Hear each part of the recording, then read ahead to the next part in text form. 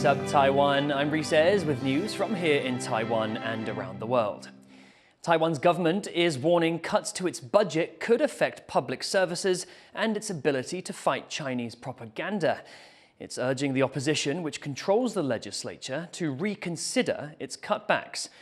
Louise Watt has been following this story for us and joins us from our Taipei newsroom. Louise, how much does the opposition want to cut and what could this affect? Well, Reece, the opposition has used its majority in the legislature to push through spending cuts of almost $3 billion. That's about 3% of the government's proposed budget. Now, the opposition parties, the Kuomintang and the Taiwan People's Party, they say these cuts are reasonable. They say the government has been wasting money in the past, and these cuts aren't going to stop it doing its job. But the government says that the cuts are irrational, and it says that the opposition is simply trying to stop it from being able to govern. Now, to hit home its point, the cabinet this morning held a press conference led by the premier. He called on the opposition to reverse their cuts. He said they're going to have a serious impact on its ability to carry out its work and could affect public services.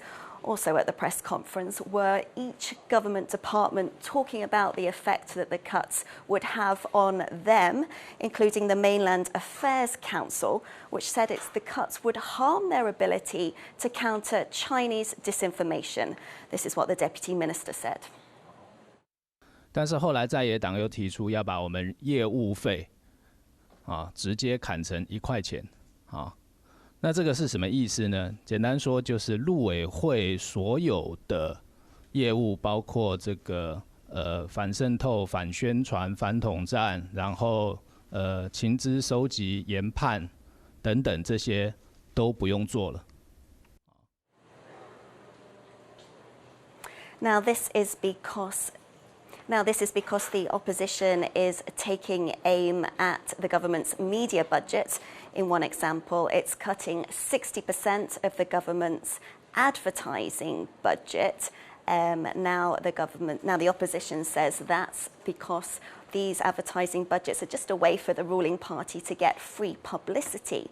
But the government says no, it's the way for the government to communicate with the public what its policies are, and that these cuts are also going to affect things like public awareness campaigns. So, for instance, telling people how to stop themselves becoming victims of the ever-growing scams, for instance.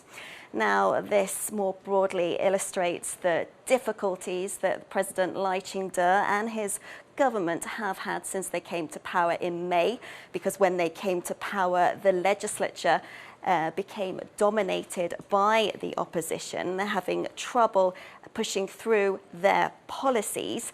Now, will the opposition heed the premier's call to reverse their cuts? Well, these $3 billion worth of cuts have already been decided, and I think it's fairly unlikely they would reverse those.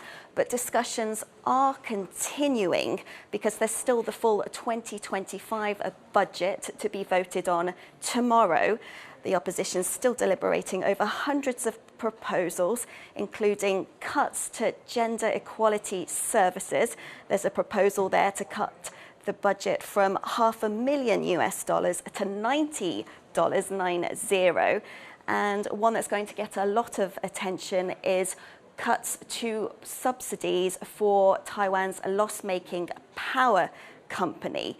Taiwan's electricity prices are very heavily subsidized.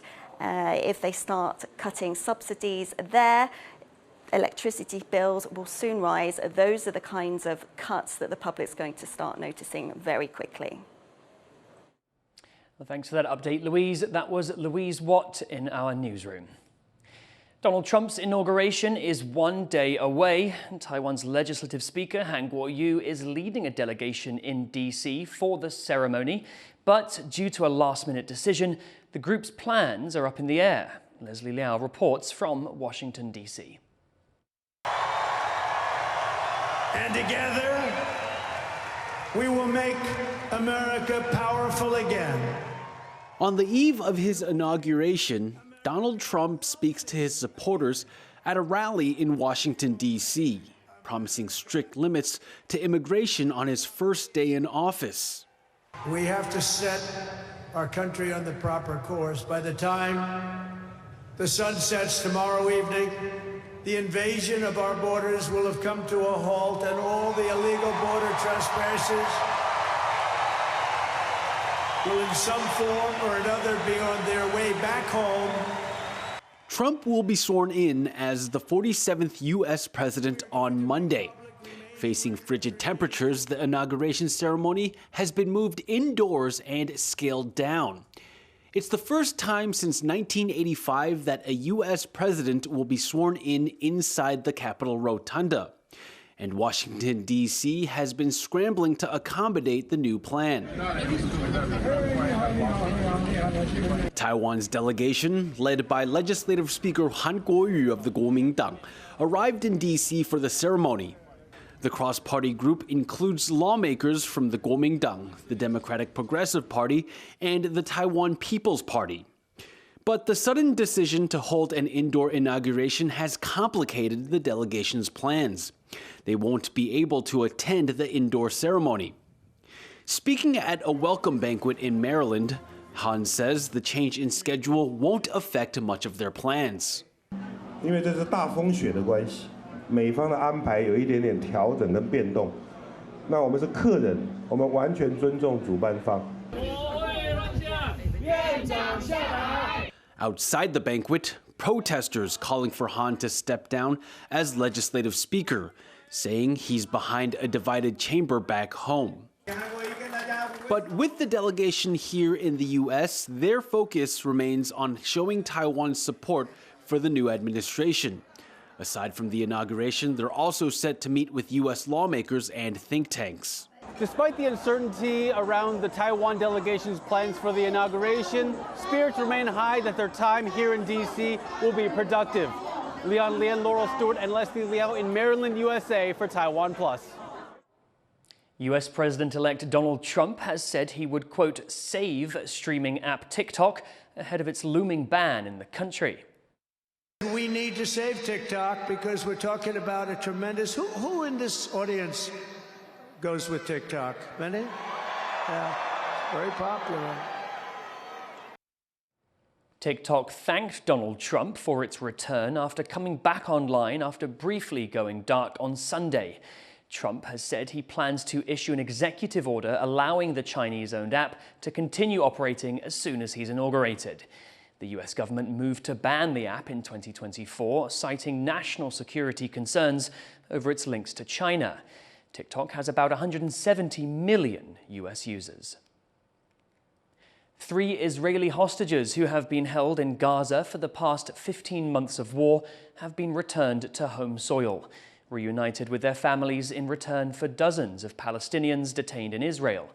As Rosie Greninger reports, this exchange is the beginning of a highly anticipated Gaza ceasefire deal agreed by Israel and Hamas.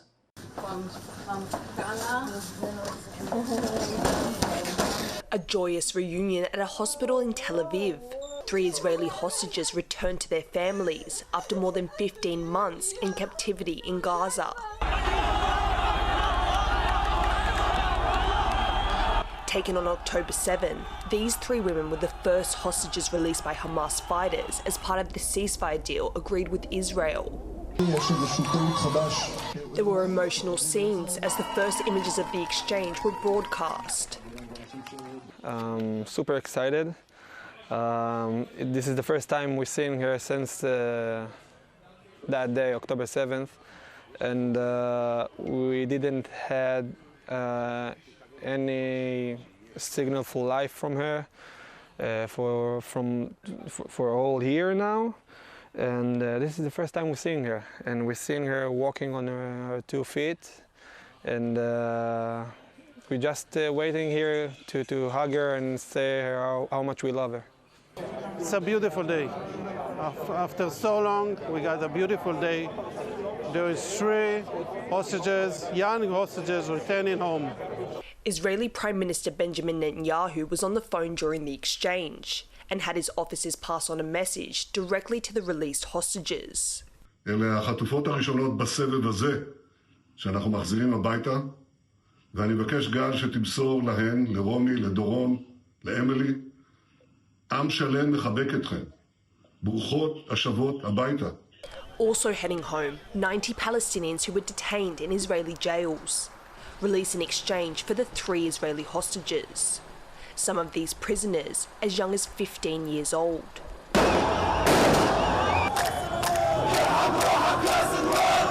Emotional crowds surrounded the bus carrying them into the occupied West Bank, where they were reunited with their families. يعني طلعت من النار على الجنة. شو طلعنا من الجحيم.